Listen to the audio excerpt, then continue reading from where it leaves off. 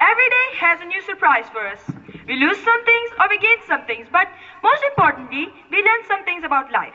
I would like to start off in the name of Allah, the most gracious, the most merciful.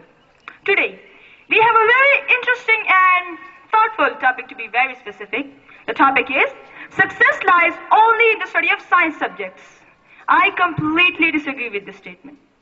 I do agree that success can be achieved in the field of science because I am a science student, but the word only, no, Mr. President. Since the dawn of the 21st century, people only choose the field of science for success and really underestimate the vast field of humanities. Most people choose science because they take doctors and engineers as role models because they work day and night. Well, sorry to disappoint you guys, but most of the doctors and engineers don't take their responsibilities seriously. They just want to live on a luxurious life, nothing to worry about. I'm not saying all the doctors and engineers are bad though, but most of them are the workers of themselves. Sorry to be rude, but that is the truth.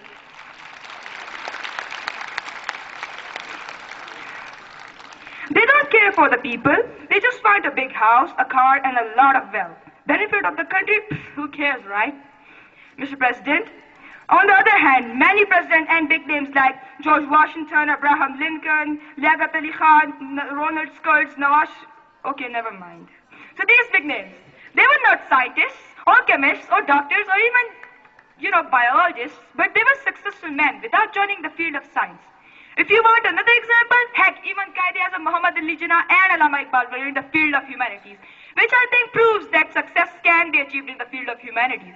Mr. President, now my opponents will say that because of quote-unquote success in science, we now know a lot about the universe, the earth, solar system, so and so.